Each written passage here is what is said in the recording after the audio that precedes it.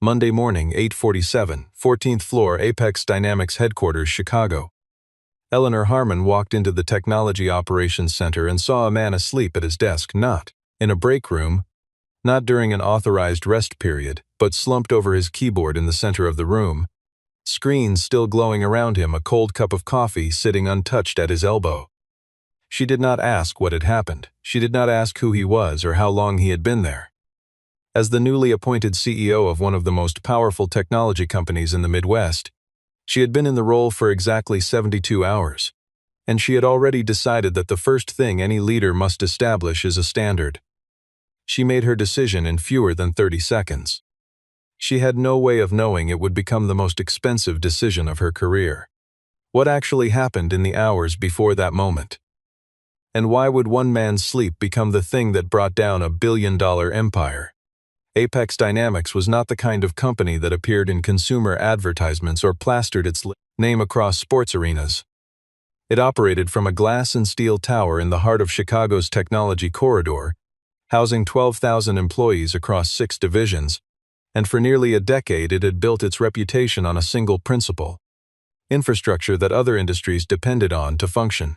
Its code ran inside hospital networks, financial clearing systems, logistics platforms, and transportation grids across 31 states.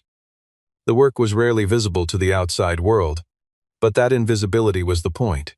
Systems that everyone relied on and no one thought about, until they stopped working. The engineers who understood that distinction were the ones who stayed, and the ones who stayed longest were, almost without exception, the ones who had built something they could not easily replicate elsewhere. The event that the company had staked its next decade on was called Project Meridian, an integrated platform combining autonomous vehicle coordination technology with a commercial, augmented reality interface, jointly valued at $7 billion at the time of its projected launch. Partners from 3 continents had signed letters of intent. Federal regulators had completed an early-stage review. The financial press had described it, without much exaggeration, as the most significant product release in Apex's history. 3 years of engineering work, hundreds of millions in development capital, and one specific week in early spring when everything was supposed to come together in a live, global demonstration. The mood inside the building in the days leading up to that week was something between excitement and controlled panic, the particular atmosphere that forms when a very large number of people are simultaneously aware that there is no margin for error and that the margin for error has already been spent. Sebastian Cole was not someone you would notice in a company of 12,000. He held no management title. He did not attend executive strategy sessions or present to the board of directors. He occupied a workstation on the 14th floor that was, by most visible measures, indistinguishable from the 37 others arranged around it, the same dual monitors, the same ergonomic chair, the same institutional gray carpet underfoot. What was different was what lived inside his machines. Over 4 years, Sebastian had designed the core architecture of the systems that made Project Meridian possible, writing code and building frameworks that the rest of the engineering department had come to treat less as software and more as terrain, something to navigate around and work within, not something to question. No single document fully described how everything connected. No team meeting had ever begun with Sebastian walking colleagues through the system from end to end, because the system had never given anyone a reason to ask. It ran, and that was enough until it wasn't. Caleb Marsh had worked alongside Sebastian for 2 of those 4 years and understood better than most how to interpret the specific texture of Sebastian's silences. He once described his colleague to a new hire as the kind of engineer who would rather fix the problem than spend time explaining that the problem exists. He meant it as a compliment. He would think about that description often in the months that followed. Lucas Avery led the cybersecurity division at Apex with the particular temperament of someone who had spent 12 years preparing for a crisis that most of the people around him refused to take seriously. He kept meticulous logs. He ran stress simulations during off hours. In the previous 18 months, he had written 3 separate internal memos detailing a vulnerability pattern in a system update.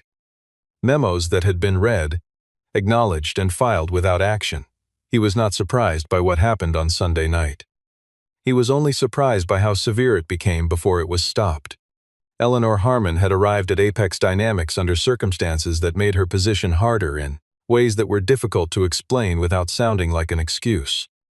Her father, Joseph Harmon, had served as chairman and acting CEO for 11 years before a cardiac episode forced him to step back from daily operations without warning. Eleanor was 32. She held an MBA from Wharton, a background in financial strategy, and the kind of composed self-assurance that develops in people who have spent their careers being underestimated. She also had no experience running a technology company. The internal discussion about her appointment moved through the building quickly in the days after. The announcement, not malicious, but honest, the way engineers tend to assess an unknown variable entering a known system. Eleanor was aware of that discussion. She had expected it. And the awareness of it shaped every decision she made from the moment she sat down at her father's desk.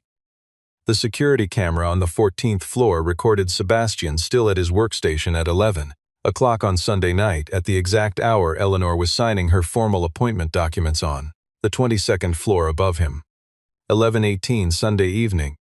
The first alert arrived on Lucas's secondary monitor, a pattern recognition flag buried in the network traffic logs that most automated systems would have dismissed as noise. Lucas did not dismiss it. He pulled the full log sequence, ran a comparison against known attack signatures, and felt the specific kind of stillness that settles over a person when something they have been warning about for a long time finally arrives. The flag was not a false positive.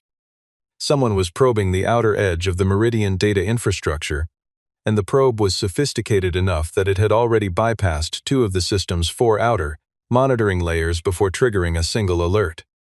The approach was patient, deliberate, and clearly familiar with how the architecture was organized, which meant whoever had designed the attack had done research. Lucas called Sebastian at 11:29. Not because the incident response protocol listed Sebastian's name at the top of an emergency contact sheet. He called Sebastian because 12 years in cybersecurity had taught him the difference between problems a team could solve and problems that required a specific person, and what was appearing on his screens was unmistakably the second kind. Sebastian answered after 2 rings. Lucas gave him a single sentence of context. Sebastian said he would be there in 15 minutes. He arrived in 11. He looked at the primary display for approximately 45 seconds without speaking. Then he sat down at an open terminal, typed a sequence of commands Lucas did not recognize, and said in a tone of complete evenness, "This is a layered chain attack. They used the vulnerability from the March update.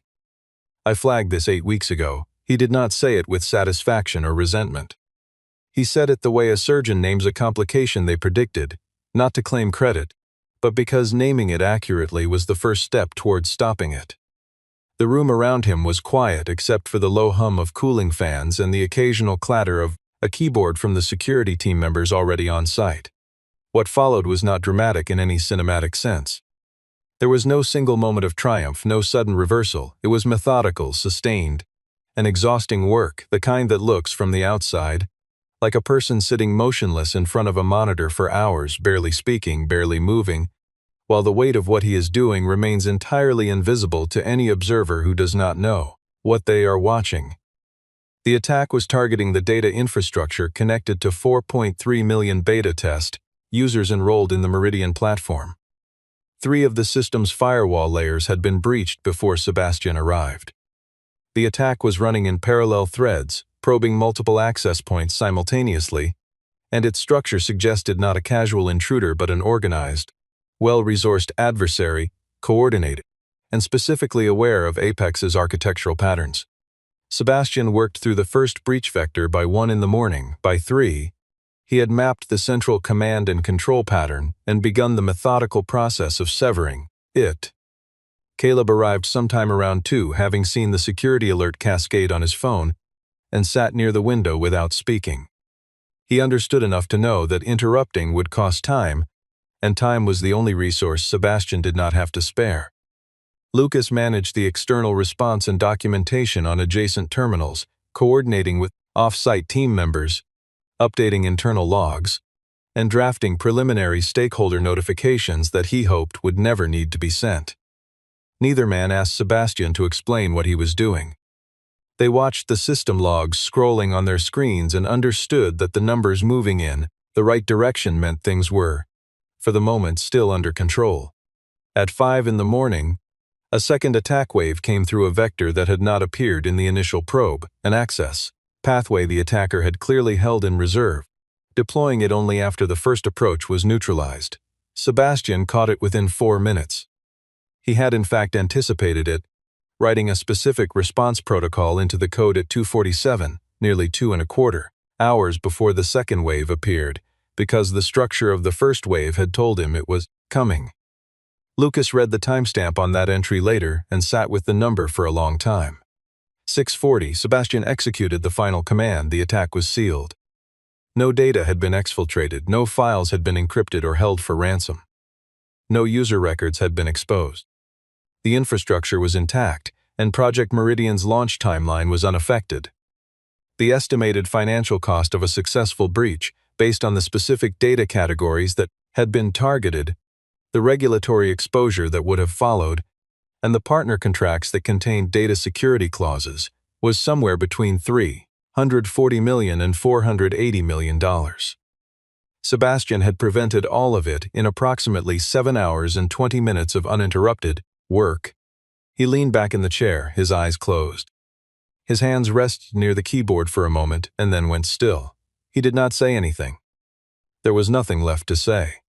Lucas began the incident report immediately, documenting the nature of the attack, the response timeline, and the outcome with the detail his position required. He submitted it at 7:12 in the morning through the standard reporting channel, a channel that routed to the Vice President of Engineering, who was currently traveling in Germany and had not opened his email since the previous evening.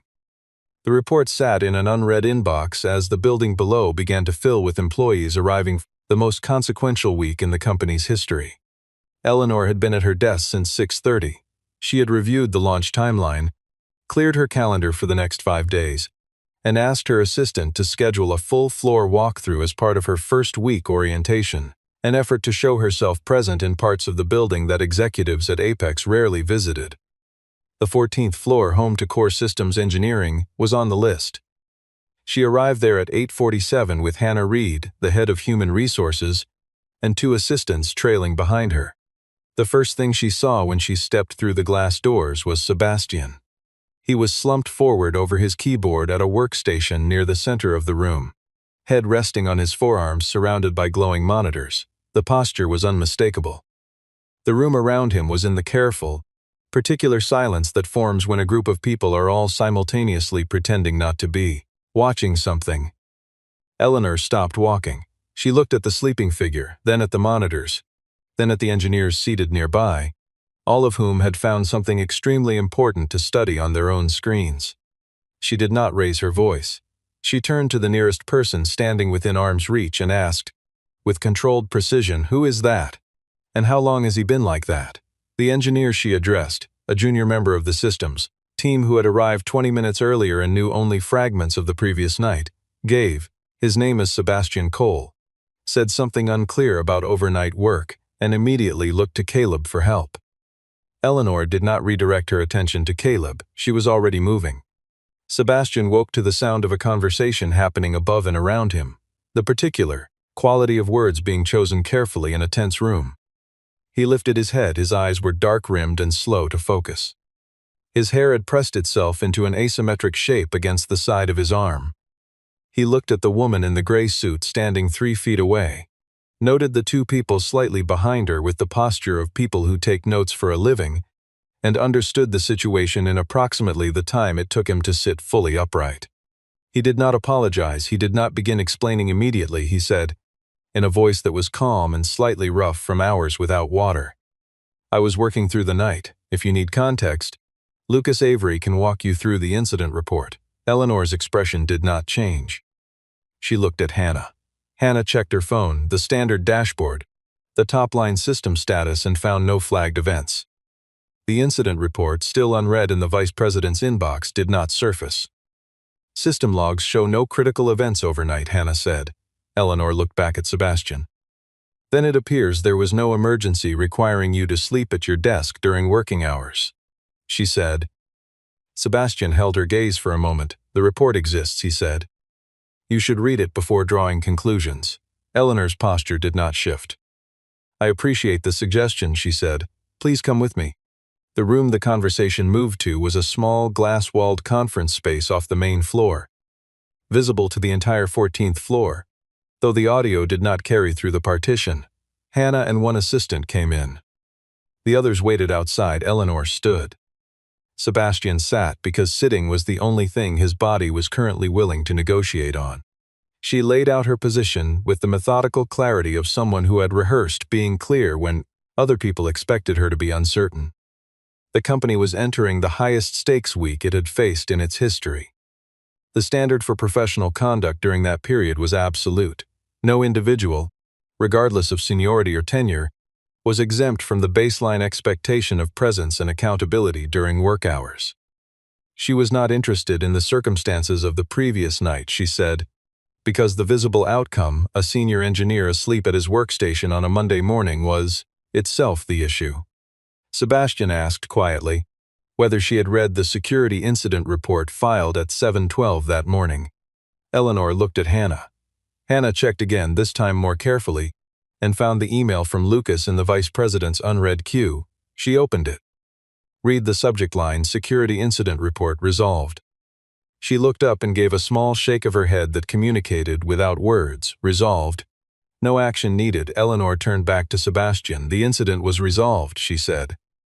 "Which means the system is stable." She paused. "You did not need to remain here." Sebastian looked at her for a long moment. The expression on his face was not anger. It was closer to the look of someone watching a slow and preventable mistake unfold from the wrong side of a glass wall. He said, "You are making this decision without knowing what you are about to lose." Eleanor's response was quiet and final. "I know enough." Hannah placed the termination document on the table. It had been prepared during the 3 minutes Eleanor spent framing her reasoning. Quickly, efficiently, as HR directors at large companies learn to operate in situations where leadership has already made up its mind.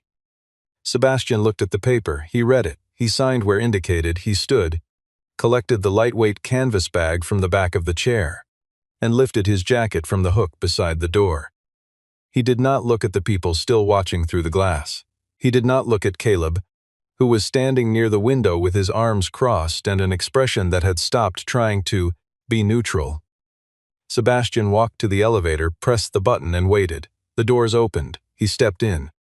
On the lobby level, the events team was stringing a promotional banner across the atrium ceiling, silver lettering on a dark background, the Meridian logo, the launch date. Sebastian walked beneath it without slowing and pushed through the revolving door into the March air. By 9:23, he was gone. Logan Pierce had been trying to hire Sebastian Cole for 2 years. He had made 2 formal offers, both of which Sebastian had declined without hostility. He simply had not been ready to leave. And Logan, who understood the difference between an engineer who wanted more money and one who needed a different kind of space to work in, had been patient. He heard about the termination through a contact at Apex within hours of it happening. He did not call immediately. He waited until the following afternoon, then sent a text that said only, "Coffee tomorrow if you're free." Sebastian replied 10 o'clock. They met at a small place on the west side of the city, not the kind of restaurant where business deals are announced, but the kind where conversations can last as long as they need to. Logan put a single sheet of paper on the table about 20 minutes into the conversation. It was not a contract. It was an outline, full architectural authority over Novatech's core systems, no committee approval required for technical decisions, no mandatory attendance at any meeting not directly related to the work. "I don't need you to manage anyone," Logan said. "I need you to build something." Sebastian read the page. He folded it once and put it in his jacket pocket. He said he would think about it. He called Logan 48 hours later and said yes. He began at Novatech on a Wednesday. He did not announce his arrival. He walked in, found the workstation that had been prepared for him, sat down, and spent the first 4 hours reading every piece of documentation the current systems team had produced. By the end of the first week, he had identified 17 structural issues in the existing architecture and written a priority sequence for addressing them.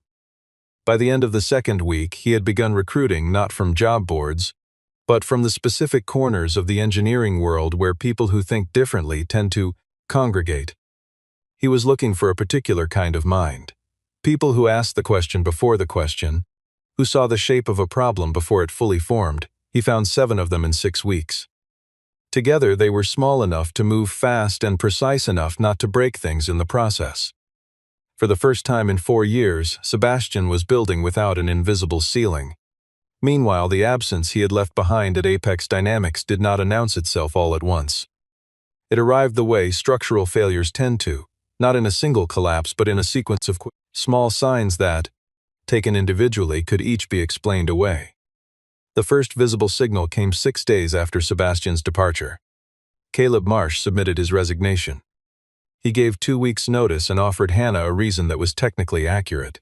He had received an outside opportunity, without mentioning the more fundamental truth, which was that he had looked at the systems he was responsible for maintaining and understood, with the precision of someone who had watched their architect leave, that he no longer had confidence in his ability to fix them when they broke. 2 other engineers from the 14th floor followed within the next 9 days. Then a 4th, then a 5th. Each resignation was processed with the standard language of attrition, and each was reported to Eleanor as a manageable staffing adjustment in a period of natural turnover. The technical problems were subtler at first but more consequential.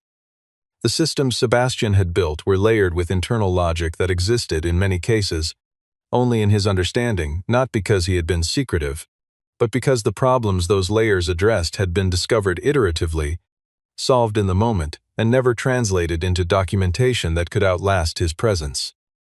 When the new engineering team hired to backfill the 14th floor encountered these layers, they approached them the way any experienced engineer approaches unfamiliar code, with reasonable caution and established methodology. The methods worked cleanly on code that had been written with documentation in mind. They produced unpredictable results on code that had been written by a person who was always solving the next problem while appearing to solve the current one. Each patch generated new fault lines. Each correction introduced new variables. The system remained functional, technically, by every standard test, but it was becoming less stable in ways that the standard tests were not designed to catch, because the tests had been written to assess the system's visible behavior, not the invisible load-bearing relationships between its components. One junior engineer, working late one evening on the integration layer between the autonomous coordination engine and the augmented reality renderer, came across a section of code she could not interpret. She spent an hour annotating it and then flagged it to her team lead with a note that read, "Unknown dependency pattern, possibly legacy. Do not modify without deeper review." The flag was added to the backlog. In the 3 weeks before the launch, the backlog was not reviewed. Eleanor received weekly updates that described a project slightly behind schedule due to integration challenges. She responded to each update the way her training had prepared her. Additional resources, tightened deadlines, daily status calls. She did not know what she did not know. In one late afternoon meeting with her senior team, someone asked whether it would be worth reaching out to Sebastian Cole, framed carefully, professionally, as a resource consultation rather than a reconsideration of his departure. Eleanor was quiet for a moment. She looked through the window at the city below and said, "We don't need to go that far." No one asked again. The day of the global launch arrived on a Tuesday in April. The venue was a converted event space in Chicago's South Loop, arranged with the precise attention to detail that very large technology events require. Lighting calibrated for broadcast, the seating arranged for the cameras, the demo equipment configured and tested and configured again. More than 200 journalists had confirmed attendance. 43 partner organizations had sent delegations. Investors from 6 countries were watching the live stream from offices across 3 time zones. Eleanor had spent the previous 6 weeks in the kind of preparation that eliminates the possibility of relaxation. Every presentation element reviewed, every contingency addressed, every sentence of her keynote refined until it said exactly what she meant in exactly the order she wanted it heard. She walked on stage at 10:12 to sustained applause. She was composed, precise, and visibly ready. The first 15 minutes of the presentation were flawless. The financial case for Meridian was compelling. The partnership announcements drew genuine response from the room. And then the product demonstration began. The autonomous coordination sequence launched cleanly. The first 90 seconds played exactly as scripted, the vehicle platform responding to directional inputs, the augmented reality overlay rendering the environmental data in real time, the entire system performing with the smooth authority of something that had been built carefully and tested thoroughly. And then at the 93-second mark the display froze. The back-of-house technical team saw it happen simultaneously on 4 monitors. The system had encountered a fault in the integration layer between the vehicle coordination engine and the AR rendering pipeline, a fault that had been invisible in all prior testing because it only manifested under the specific combination of load conditions that a live global broadcast created. The fault itself had been introduced 6 weeks earlier by a patch that had corrected one problem while silently weakening a dependency connection that Sebastian had built to handle precisely this kind of peak load scenario. The patch had passed every test. The dependency connection it weakened had not been in any test specification, because no test specification had ever included it, because no test specification had ever been written with Sebastian's full architectural knowledge. The back-of-house team attempted a restart. The system returned an error sequence that no one in the room recognized. A second restart attempt produced a different error. A third attempt produced a cascade that began propagating through adjacent system components. By the time the team lead made the decision to isolate and halt rather than continue attempting recovery, 14 minutes had elapsed since the freeze. Eleanor stood at the podium for those 14 minutes and continued speaking. She transitioned to discussion of future roadmap, referenced partner capabilities, acknowledged the technical interruption with the kind of smooth composure that looks, from a camera angle, like confidence. The people in the room knew better. The screens behind her remained dark. At 10:41, the event was officially suspended pending a technical resolution with no announced time frame. By 11 o'clock, the first wire service had published a breaking news item. By 11:17, the company's stock had dropped 11%. By 11:45, the first partner organization had issued a statement announcing a temporary suspension of its Meridian commitment pending further assessment. At 1 in the afternoon, the Securities and Exchange Commission requested a formal explanation of the disruption's cause and scope. At 3, the board of directors convened an emergency session that Eleanor attended via secure video link from a back room in the event venue, still in the white jacket she had worn on stage. In that room, before the board call began, she was alone for 6 minutes. She sat at a small table with her phone face down and looked at the wall. 47 missed calls had accumulated on the screen she had chosen not to look at. One text notification was visible from her father. The message read, "Eleanor, call me now." The independent audit commissioned by the board took 11 days. The firm Eleanor's team engaged was experienced in technology infrastructure reviews, and they approached the Apex systems with the same methodology they applied to every engagement. Tracing the chain of events backward from the failure point, identifying each intervention, and documenting its effect on system behavior. The chain led step by step to a series of patches applied over a 6-week period. Each patch had been applied by qualified engineers using sound methodology. Each had been tested and approved, and each had, in some small degree, destabilized something in the underlying architecture that the patching engineers had not known to account for, because what they had not known was what the architecture was actually doing at layers they had never been shown. The audit team identified the origin point of the instability. The first patch applied after the departure of the system's primary architect. The date was on the report. The name above it was also on the report. The board read both. The final summary page of the audit included a data table that no one in the room commented on, immediately after it was distributed. It listed 4 numbers in 2 columns. The estimated financial exposure of the cyber attack that had been prevented, between $340 million and $480 million, alongside the confirmed financial damage of the launch failure, which had erased more than $1.1 billion in market capitalization in the first week alone, with ongoing partner contract renegotiations projected to add further costs in the months ahead. Below the table, in a single sentence written with the precise caution of people who had learned to be exact about things that were not their decision to judge, the auditors had noted. Both figures traced directly to events involving the same individual on the same date. Lucas Avery was called into a formal interview on the 4th day of the audit. For the first time since the Sunday night attack, the incident report he had filed at 7:12 in the morning was read aloud in full, not just the subject line, not just the status field, but every paragraph, including the section detailing the attack's scope, the data at risk, and the estimated cost of a successful breach. The room was quiet for nearly a minute after the reading concluded. One board member asked Lucas how long Sebastian had worked without stopping.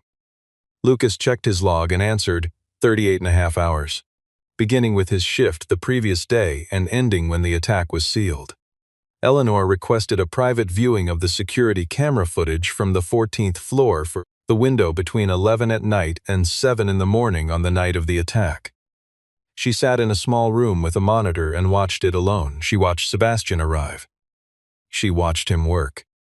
She watched the timestamps on the system logs scrolling in the corner of the secondary display.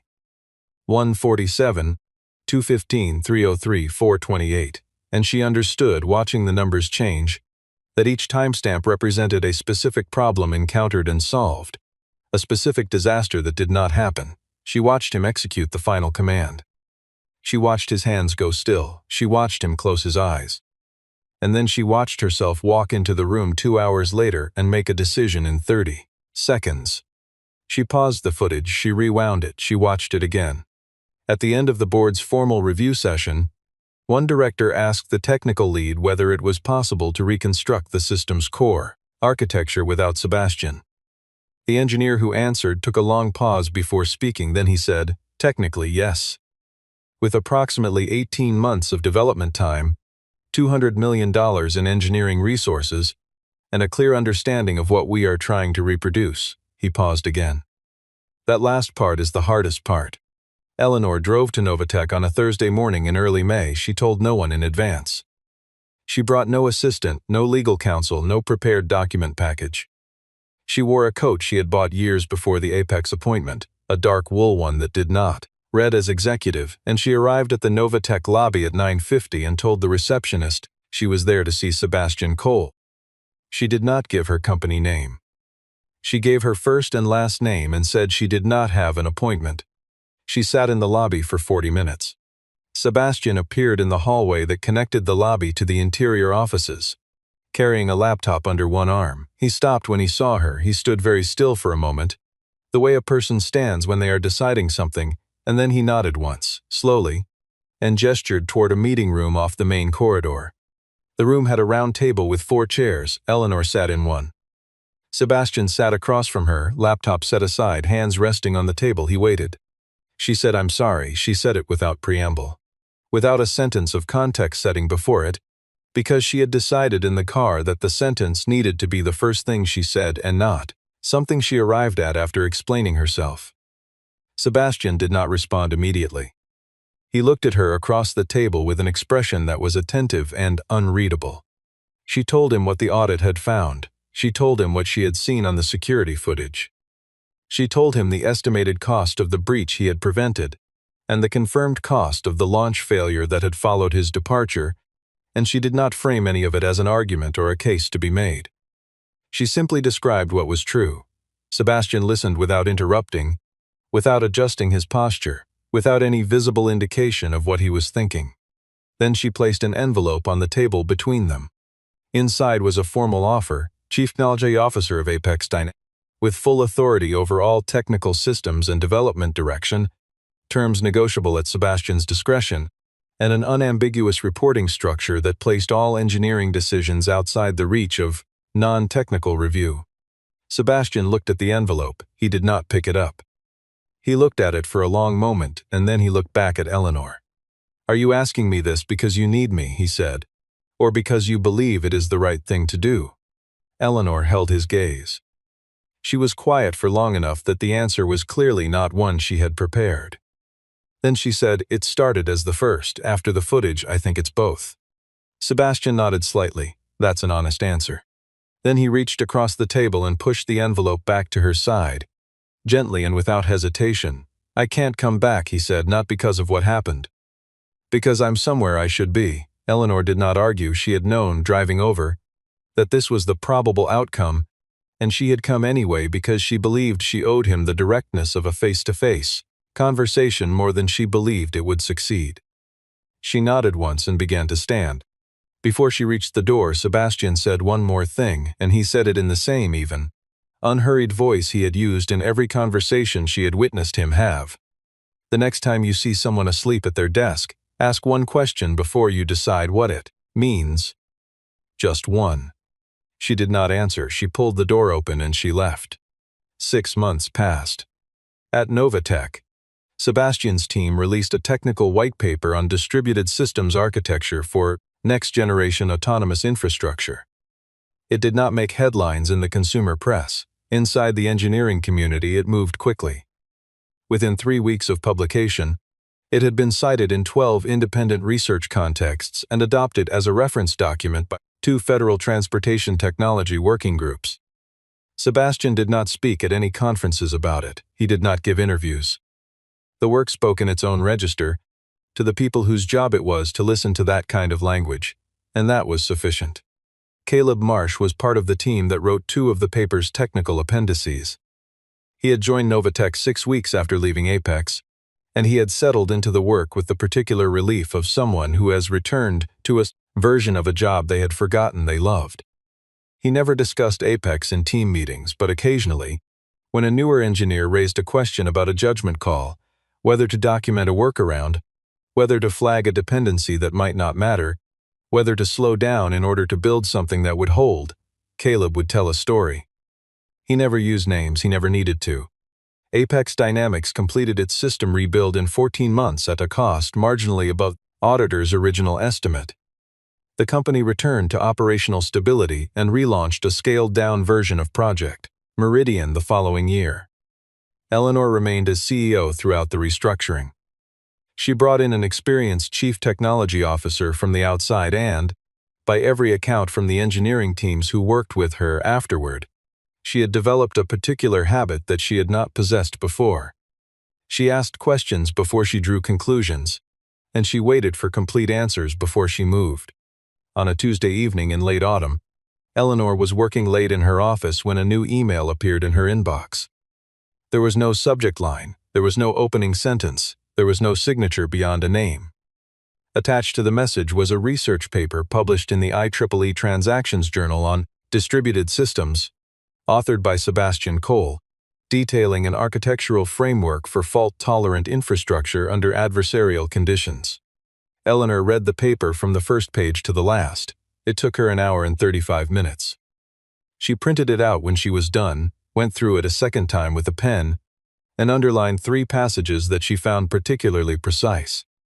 Then she set the pages down on her desk and looked at the window for a long time. She did not send a reply that night. There are decisions made in 30 seconds that take years to fully understand. They are not made from cruelty most of the time or from malice. They are made from incomplete information and the urgent, human need to appear certain in a moment that feels like it is asking for certainty. The weight of a decision like that does not declare itself when it is made. It arrives later in the silence after a system fails, in the footage from a camera that recorded something no one thought to ask about, in a research paper that arrives without explanation from a person who has already moved on and has nothing left to prove. What separates the leaders who grow from those who don't is not whether they made the mistake. Almost everyone makes the mistake. It is whether, when the full picture finally came into focus, they were willing to look at it without looking away, and whether the looking changed anything at all about how they saw the next person standing in front of them.